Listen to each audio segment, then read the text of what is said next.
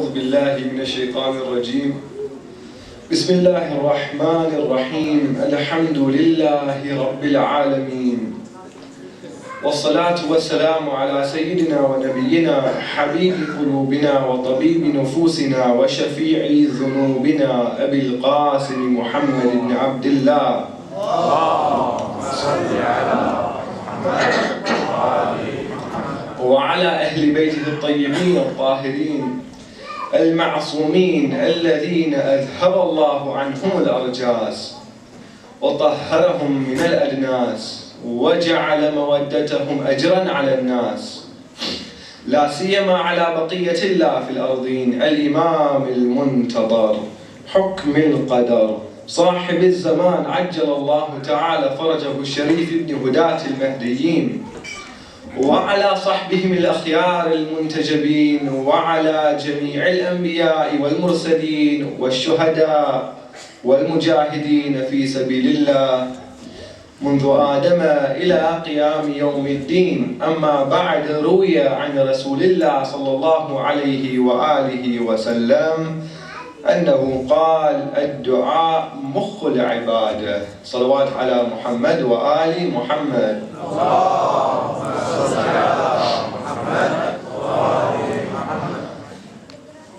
As far as our discussions have reached, Imam alayhi salam has reached the land of Nainawa, has reached Karbala, has assessed his enemy, analyzed those people who have congregated to stand against him.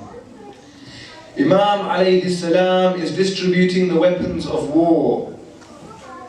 We, in our discussion yesterday, analyzed one weapon of our own war, and discussed two enemies of ours. One, we discussed the nafs, and two, we discussed the shaitan from the Quran and Ahadith.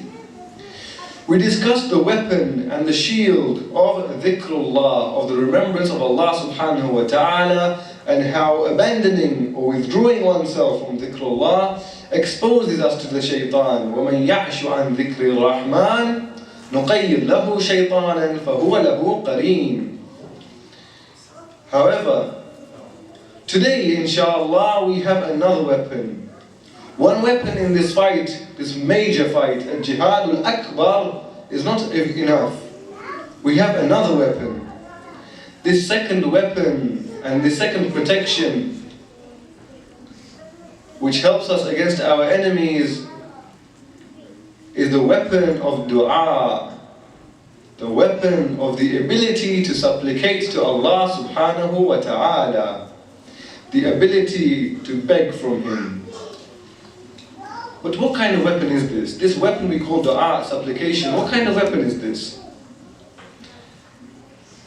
If we look at the hadith of Rasulullah sallallahu alayhi wa alihi wa sallam, he asks his companions, he asks him, أَلَا أَدِلُّكُمْ عَلَى سِلَاحٍ, should I not show you a weapon?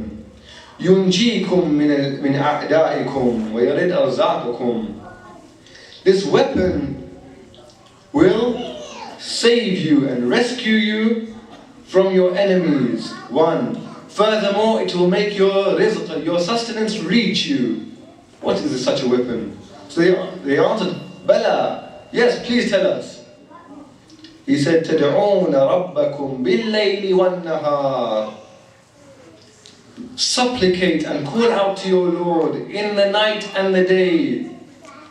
Not in the day and the night, in the night and the day. فَإِنَّ سِلَاحَ الْمُؤْمِنِ الدُّعَاء.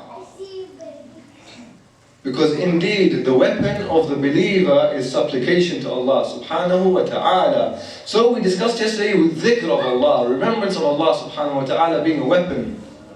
Today our second weapon we have in our arsenal is the dua, the supplication to Allah. And this hadith shows it is a weapon.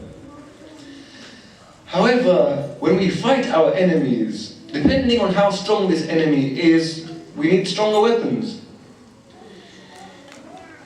And trust me, shaitan is an enemy to be reckoned with. Worse than him is the nafs. A'da aduwik, your worst enemy is the nafs. So these two enemies are strong, these two enemies are powerful.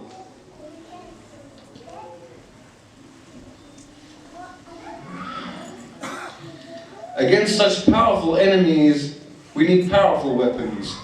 Please, silent, please. Stop this, small boy.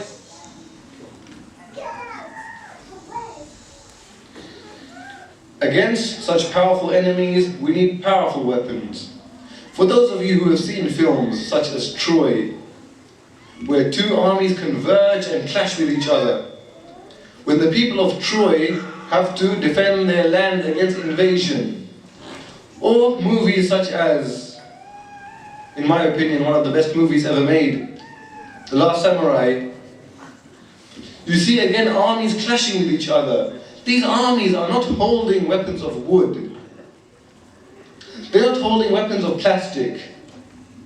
They're armies who are intent on killing one another. Strong armies, they need strong weapons. They're holding weapons of iron. Iron shield, iron swords, iron spears, and this is how they fight. So we need such weapons, or stronger weapons. And if we refer to the hadith of Imam Reza alayhi salam, he says, إِنَّ الدُّعَاء أَنْفَذُ مِنْ سِلَاحِ الْحَدِيدِ, that your supplication to Allah subhanahu wa ta'ala is more penetrative, more powerful, more piercing than a weapon made of iron. These armies fight with iron weapons to kill one another. They fight with iron so that when they throw the spear, it penetrates that armor. It doesn't just stop there, as if it was wood or plastic. They use iron, heavy, strong. Dua, according to Imam Reza alayhi salam, he says your dua is more penetrative, more stronger than any weapon, even made of iron. So now we have weapons to attack the enemy. We need a shield to protect ourselves from attack. And thus, if we refer to the hadith of Amir al-Mu'mineen alayhi salam, he says, "Ad-du'a tursul mu'min," that your supplication is the shield. Supplication is a shield for the believer. So dua is not only a weapon, and not only a weapon, a powerful weapon, stronger than iron. Not only a weapon, also a shield. 2 in 1. Buy one, get one free. Not only something to attack, something to defend with. Not only a spear, but a shield.